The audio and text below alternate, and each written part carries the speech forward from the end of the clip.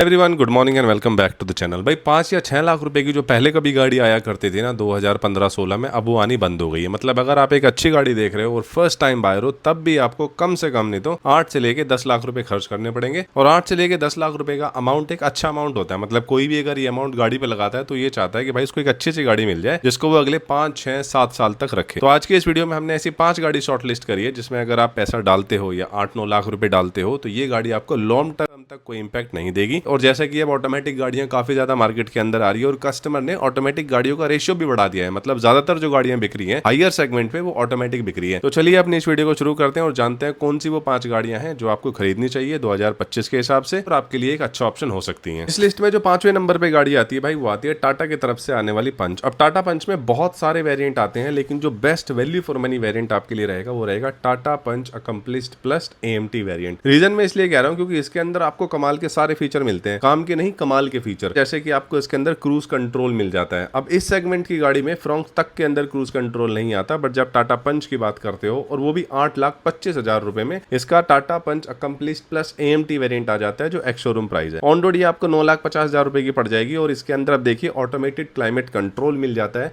Rear AC vent मिल जाते हैं, पार्किंग सेंसर मिल जाते हैं, कूल्ड ग्लव बॉक्स मिल जाता है और क्रूज कंट्रोल आपको इसके अंदर मिल जाता है। तो ये सारी चीजें हैं जो आपको एक्स्ट्रा मिलती है अगर आप इसके किसी और लोअर वेरिएंट की तरफ जाते हो। इसके अलावा जो इसका स्टीयरिंग व्हील है मल्टी फंक्शन आपको मिल जाता है, power adjustable exterior rear view मिल जाता है, साथ ही टच स्क्रीन मिल जाती है जो एंड्रॉइड ऑटो एप्पल कारप्ले के साथ आती है और पुश स्टार्ट के साथ आ जाती है। इंजन स्टार्ट स्टॉप बटन इसके अंदर आपको मिल जाता है, कीलेस एंट्री इसके अंदर आती है और एंटी लॉक ब्रेकिंग सिस्टम यानी कि ABS और EBD ट्रैक्शन कंट्रोल जैसे सारे फीचर आपको इस वाले वेरिएंट में देखने को मिल जाते हैं। अब बात करते हैं इसके इंजन की। अब देखिए ओवरऑल इसके अंदर जो 1.2 लीटर का इंजन आता है ये आपको 115 Nm का टॉर्क निकाल के देता है और 87 bhp निकाल के देता है। और इस टॉर्क और bhp को अगर आप कंपेयर करते हो मारुति की स्विफ्ट से तो आपको बराबर ही मिलेगा। मारुति स्विफ्ट 1.2 लीटर का जो अभी इंजन आ रहा है रिसेंट उससे ज्यादा पावर ये निकाल के दे देता है और इंजन जो है पहले से ज्यादा रिफाइन हो गया है। BS6 फेज 2 के बाद इस गाड़ी के जो NVH लेवल है वो बहुत ज्यादा कंट्रोल्ड आपको मिलते हैं। मतलब कैबिन के अंदर बहुत ज्यादा नॉइज आपको नहीं आती। तीसरा है कि एक तो ये बॉक्स शेप की गाड़ी है, राइट। इसके अंदर जो स्पेस है वो आपको इनफ मिलता है 5 पैसेंजर्स के लिए भी। और अब तो टाटा पंच के ड्राइवर एंड पैसेंजर के साथ भी आपको आर्मरेस्ट देखने को मिल जाता है। तो ये सारे फीचर हैं जो आपको टाटा पंच के अंदर मिलते हैं। सस्पेंशन वाइज गाड़ी जो है मुझे सोनेट से ज्यादा बेटर लगती है। इवन मुझे ये बलिनो फ्रॉन्क से ज्यादा बेटर सस्पेंशन वाइज लगती है। कहीं ना कहीं मुझे इस गाड़ी का सस्पेंशन ब्रेजा के इक्वल लगता है। आप 5 बंदे बैठ के भी इस गाड़ी को छोटे मोटे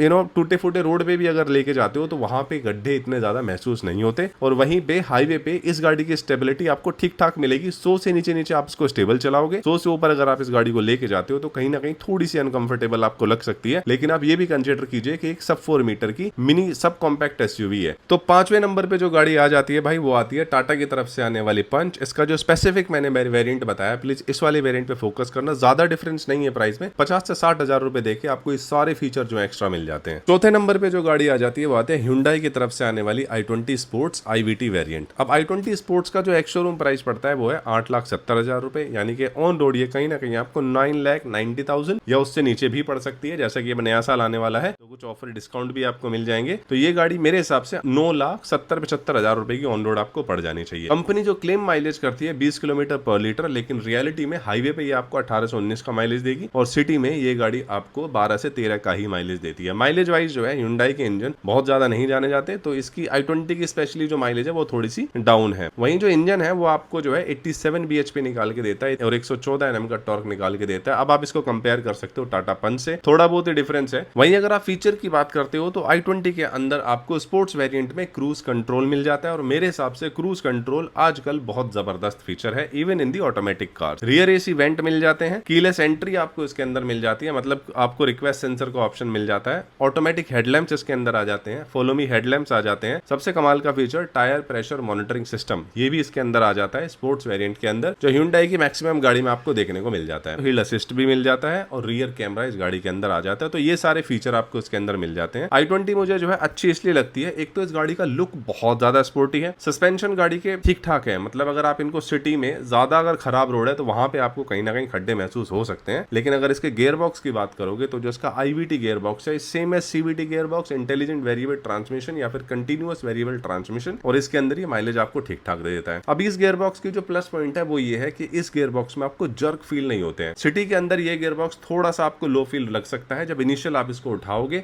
लेकिन हाईवे पे ये गियर बॉक्स आपको काफी अच्छी पावर निकाल के दे देता है। अब इस गियर बॉक्स का जो रख रखाव है बहुत ज्यादा नहीं है, अच्छा खासा गियर बॉक्स है। अगर आप इसको अगले 5-7 साल भी चलाते हो तो इसके अंदर मेजर इशू अभी तक नोटिस नहीं किए गए हैं। तो जो चौथी गाड़ी आ जाती है भाई, वो आती है Hyundai की तरफ से आने वाली IVT स्पोर्ट्स वेरिएंट स्पेशली, जिसकी जो एक शोरूम प्राइस पड़ती है वो पड़ती है 8,70,000 रुपए। आप इस गाड़ी को भी कंसिडर कर सकते हो। भाई तीसरी जो गाड़ी आ जाती है वो भी मिलती है मारुति की तरफ से, मारुति सुजुकी फ्रॉन्क्स। अब फ्रॉन्क्स के अंदर भी AMT का वेरिएंट आता है, CVT इसके अंदर नहीं आता। पहले बलिनो में कभी आया करता था, लेकिन अभी इसके अंदर AMT गियर बॉक्स आता है। अभी AMT गियर बॉक्स भी मारुति का बहुत ज्यादा कामयाब है। जितनी भी इनकी मैक्सिमम आप गाड़ी देख रहे हो लो सेगमेंट की, उसके अंदर AMT गियर बॉक्स ही मिल रहा है। अभी फ्रॉन्क्स का स्पेसिफिकली डेल्टा AMT वेरिएंट अगर आप लेते हो तो इसके अंदर आपको काम के सारे फीचर मिलते हैं। 8,15,000 रुपए एक्स शोरूम में इस गाड़ी की प्राइस रखी गई है। ऑन रोड ये कहीं ना कहीं आपको 9.5 लाख रुपए से नीचे नीचे पड़ जाएगी। अभी इस गाड़ी की जो प्लस पॉइंट है वो है इस गाड़ी की माइलेज। अब AMT के साथ भी इस गाड़ी में कंपनी आपको 12.89 किलोमीटर का माइलेज क्लेम करती है ना कमाल की माइलेज। मतलब ये माइलेज आपको हाईवे पे 20 से 22 का निकाल के दे देगी, सिटी के अंदर भी ये 15 से 16 का माइलेज निकाल के दे देती है। दूसरा सबसे अच्छा बात है इसका इंजन, 1.2 लीटर का इंजन आता है विद AMT गियर बॉक्स, और वो भी 4 सिलेंडर। मारुति धीरे धीरे शिफ्ट हो रहा है 3 सिलेंडर इंजन पे, जैसे डिजायर के अंदर हो गया, स्विफ्ट के अंदर हो गया, और अब ब्रेजा के अंदर भी शायद 1.2 litre 3 cylinder turbocharge petrol engine आ जाए। तो वापस आते हैं टॉपिक पे। तो Maruti Fronx Delta AMT variant जो है ये वैल्यू फॉर मनी वेरिएंट है। इंजन 88 bhp निकाल के देता है, 113 Nm का टॉर्क निकाल के देता है। कमाल के फीचर गाड़ी के अंदर आपको क्या मिल जाते हैं, एक तो मल्टी फंक्शन स्टीयरिंग व्हील आपको इसके अंदर मिल जाता है, यानी कि म्यूजिक के जितने भी कंट्रोल है वो स्टीयरिंग पे ही आपको मिल जाएंगे। पावर एडजस्टेबल ORVM इसके अंदर मिल जाते हैं। टच स्क्रीन आ जाती है, मतलब कि छोटी वाली टच स्क्रीन आपको मिलती है 9 इंच के अराउंड, एंड्रॉइड और एप्पल कारप्ले के साथ आती है। ऑटोमेटिक क्लाइमेट कंट्रोल मिल जाता है, ABS मिल जाता है, और साथ ही जो गाड़ी की लुक है मुझे कहीं ना कहीं बलिनो से बेटर लगती है। ये विड्थ तो लंबाई चौड़ाई में आपको भले ही बलिनो से बेटर मिले, लेकिन जो स्पेस है इसका अंदर का वो इक्वल टू बलिनो ही आपको मिलता है। ऑटोमेटिक क्लाइमेट कंट्रोल आ जाता है, और जो सीटें हैं वो कंफर्टेबल है। मतलब 5 बंदों के लिए शायद इतनी कंफर्टेबल ना हो, लेकिन 4 बंदों के लिए बहुत ज्यादा कंफर्टेबल है। AMT जो गियर बॉक्स है वो सिटी के अंदर आपको ठीक ठाक फील कराएगा। हाईवे पे थोड़ा अंडर पावर लग सकता है क्योंकि 5 स्पीड गियर बॉक्स ट्रांसमिशन इसके अंदर आता है, और AMT 1.2 लीटर इंजन के साथ ठीक ठाक काम करता है। बहुत ज्यादा जर्क आपको इसके अंदर फील नहीं होते हैं जैसा कि Hyundai या टाटा की गाड़ियों के अंदर फील होते हैं। तो AMT जो गियर बॉक्स है वो मारुति का बहुत ज्यादा स्मूथ है, चाहे वो डिजायर का गियर बॉक्स हो या फ्रॉन्क्स का या बलिनो का। तो AMT गियर बॉक्स आप ले सकते हो। Maruti Fronx Delta AMT variant मेरे हिसाब से वैल्यू फॉर मनी वेरिएंट है। प्राइस 8,15,000 रुपए रखी गई है। भाई दूसरे नंबर पे जो गाड़ी आ जाती है वो आती है मारुति की तरफ से आने वाली डिजायर ZXi AMT। अभी डिजायर का ZXi स्पेसिफिक वेरिएंट में इसलिए बता रहा हूँ क्योंकि गाड़ी के प्राइस आप देखिए, एक तो सेडान क्लास गाड़ी मिल जाती है तो कंफर्ट का तो इशू ही खत्म हो जाता है। 8,63,000 एक्स शोरूम इस गाड़ी की प्राइस आपको पड़ती है, और 8,63,000 में 1 लाख रुपए मोटा मोटा और जोड़ लीजिए तो 9,60,000 रुपए की आपको ऑन रोड पड़ जाती है। ZXi वाली वेरिएंट मैंने आपको स्पेसिफिकली इसलिए बोला क्योंकि इसके अंदर फीचर बहुत जबरदस्त मिलते हैं, जैसे कि इंजन स्टार्ट स्टॉप बटन मिल जाता है, यानी कि जो एंट्री है वो तो कीलेस होने वाली है। इंजन इमोबिलाइजर मिल जाता है, रिक्वेस्ट सेंसर आपको इसके अंदर मिल जाता है, ऑटोमेटिक क्लाइमेट कंट्रोल आपको इसके अंदर मिल जाता है, क्रूज कंट्रोल कंपनी ऑफर करके देती है, और साथ ही जो इसके ORVM है वो भी ऑटो फोल्ड है। गाड़ी लॉक अनलॉक पे अपने आप ऑटो फोल्ड हो जाते हैं। कप होल्डर मिल जाता है, पार्किंग सेंसर मिल जाते हैं, वायरलेस एंड्रॉइड और एप्पल कारप्ले के साथ आ जाती है, और साथ ही वायरलेस चार्जिंग इसके अंदर मिल जाती है। अभी इसके अंदर जो गियर बॉक्स है 1.2 लीटर का 3 सिलेंडर G सीरीज इंजन मिलता है जो AMT गियर बॉक्स के साथ आता है, और ये इंजन अब ज्यादा रिफाइन है। मतलब जो AMT गियर बॉक्स आपको इसके 1.2 लीटर 4 सिलेंडर के इंजन के साथ आता था उससे ज्यादा रिफाइन इस बार आपको AMT ZXi के साथ मिल रहा है। और इस इंजन के साथ जो गाड़ी आपको पावर निकाल के देती है वो 80 bhp और 111 Nm का टॉर्क निकाल के देती है। अब देखिए आप जो इसका 1.2 लीटर का इंजन आता था उसमें आपको 83 bhp मिलता था, इसमें 80 bhp मिलता है। वहां टॉर्क ज्यादा मिलता था 120 mm का, यहाँ पे आपको 111 Nm का टॉर्क मिलता है। सिर्फ टॉर्क में थोड़ा सा कंपैरिजन आपको करना पड़ेगा, अदरवाइज गाड़ी जो है वो काफी ज्यादा अच्छी है। VXi वेरिएंट भी ठीक है, बट ZXi में अगर आप लोगे तो क्रूज कंट्रोल, सनरूफ आपको मिल जाती है, front and rear parking sensor मिल जाते हैं, 360 डिग्री कैमरा भी इसके अंदर मिल जाता है। तो सिटी के लिए छोटे मोटे जो एरिया होते हैं निकलने के लिए डिजायर जो है वो मुझे ज्यादा प्रैक्टिकल लगती है, स्पेशली इसका ZXi वाले वेरिएंट। तो मेरे हिसाब से जो चौथी गाड़ी है जो फीचर रिच आती है, कंफर्टेबल आती है, सेगमेंट के अंदर आ जाती है, वो है मारुति सुजुकी डिजायर। और भाई जो लास्ट गाड़ी आ जाती है इसमें पहले नंबर पे जैसे मैंने रखा है वो रखा है Honda amaze V CVT variant. अब इसका V जो वेरिएंट है वो एकदम बेस मॉडल है, लेकिन कंपनी ने बेस मॉडल में बहुत ज्यादा चेंजेस किए हैं। पहले इसके अंदर E आता था, फिर S आता था, फिर SV आता था, वो सारे वेरिएंट हटा दिए, अब सिर्फ V, Z और ZX वेरिएंट इसने गाड़ी के अंदर रखा है।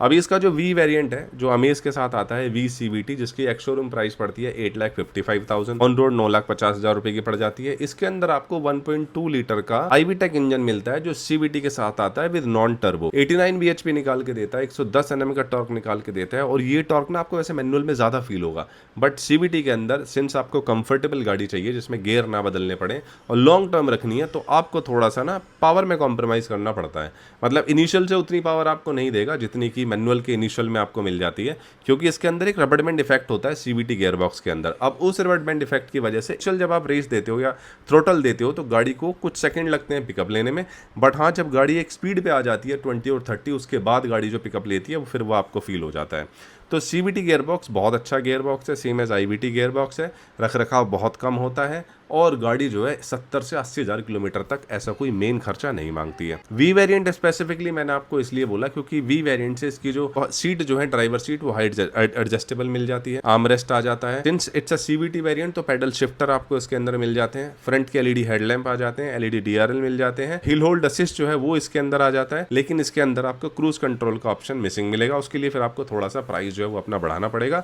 और प्राइस जैसे ही आप बढ़ाते हो Z वेरिएंट की तरफ जाते हो तो उसके अंदर फिर आपको ADAS लेवल 1 का फंक्शन मिल जाता है, जिसमें आपको cruise control, adaptive cruise control, lane keep assist सारे फीचर जो है वो देखने को मिल जाते हैं। तो मेरे हिसाब से जो होंडा अमेज का V वेरिएंट है CVT में जो 8,55,000 रुपए का पड़ता है और आप एक लॉन्ग टर्म गाड़ी देख रहे हो, तो भाई ये गाड़ी फिर आपके रडार पे होनी चाहिए। तो भाई ये 5 गाड़ियां हैं जो फर्स्ट टाइम बायर के लिए CVT AMT के साथ आ जाती हैं। अभी एक दो मेरे भाई बोलेंगे कि इसके अंदर काइलैक आ जाती है। देखिए काइलैक जो है 11 लाख रुपए तक चली जाती है ऑन रोड, इसलिए मैंने काइलैक नहीं रखी। और जो 1 लीटर का फिर मैनुअल इंजन है वो मैं इतना खास समझता नहीं हूँ, तो इसीलिए मेरे हिसाब से 5 गाड़ियाँ आपके लिए बेस्ट है। पांचों में से कोई भी गाड़ी आप ले लीजिए, आपको वैल्यू फॉर मनी ही मिलेगी और इनकी रीसेल भी गाड़ियों की अच्छी है। तो ये था एक छोटा सा वीडियो फर्स्ट टाइम बायर के लिए जो गाड़ी लेना चाहते हैं। कैसा लगा यार कमेंट करके बताना। बाकी मिलते हैं अगली वीडियो में, तब तक के लिए बाय बाय।